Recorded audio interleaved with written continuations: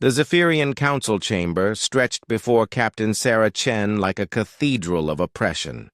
Crystalline walls soared into shadows, their surfaces pulsing with the bioluminescent script of 1,000 conquered worlds. At the chamber's heart sat the High Arbiters, beings of such ancient power that entire star systems had bent the knee before their first breath. Sarah's escort, a nervous Altarian diplomat whose gill slits fluttered with anxiety, whispered urgent warnings. "Please, Captain Chen, the ritual demands submission. Every species that has stood before this council has knelt. It is the way." Sarah's boots clicked against the living floor with each measured step. Around her, representatives from dozens of worlds prostrated themselves. The crystalline Vorthak folding their geometric bodies into complex patterns of deference, the gas-formed nebulites condensing into submissive spirals, even the proud Drakmori, warriors lowering their massive frames in ritualistic surrender. "Captain Chen of the Human Expeditionary Force," the High Arbiter's voice resonated through her bones, a sound that had echoed through millennia of cosmic dominion.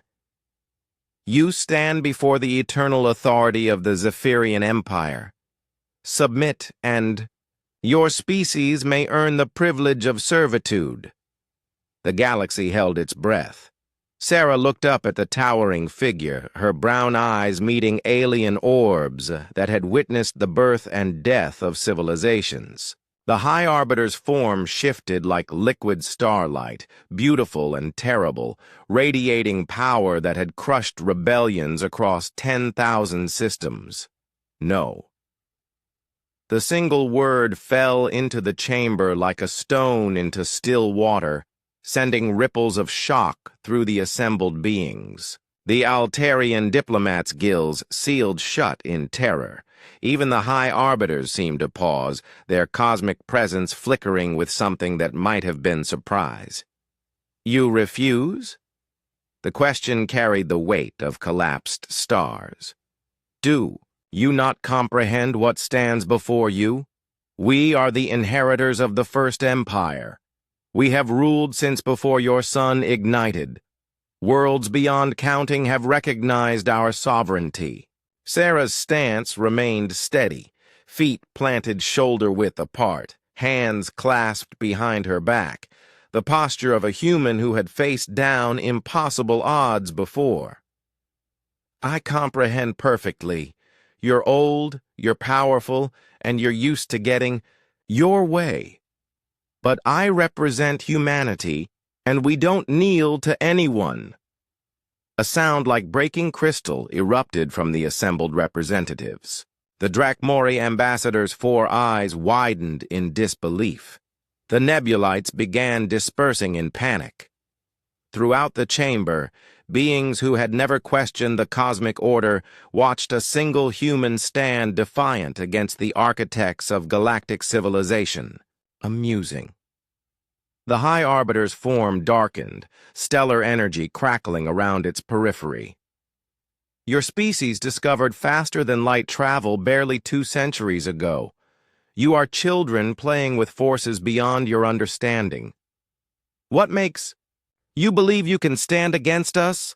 Sarah smiled, not the diplomatic smile she'd worn during negotiations, but something fiercer, inherited from ancestors who had faced down predators with nothing but sharpened sticks and stubborn hearts.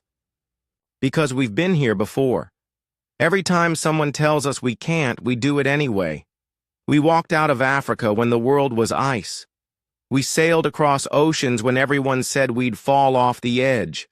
We reached for the stars when we could. Barely fly." She took a step forward, and the assembled aliens recoiled as if her approach carried physical force. "You want to know what makes humans special? It's not our technology or our strength. It's that we've never met a mountain we wouldn't try to climb, never faced an ocean we wouldn't attempt to cross. You call yourselves eternal, but we've toppled gods before. They all thought they were eternal too." The High Arbiter's form began to expand, growing more terrible and magnificent. Defiance is not strength, child. It is merely ignorance of consequence. Maybe, Sarah acknowledged. But here's what I've learned about consequences. They go both ways. You can destroy us, probably. But the moment you do, every other species in this chamber will remember that someone finally said no. They'll remember that humans stood up to the great Zephyrian Empire and didn't blink.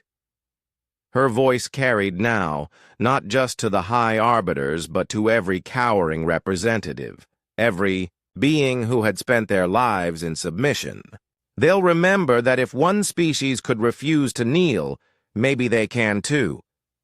And then what happens to your eternal empire when the galaxy stops being afraid? Silence stretched across the chamber like a held breath.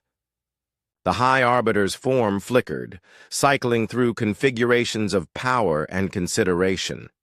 Around them, Sarah could see the change beginning, the Drak-Mori ambassador slowly rising from his prostrate position, the Nebulites beginning to coalesce into more assertive formations, the Altarian diplomat, his gill slits fluttering with newfound courage, straightened to his full height for the first time in decades.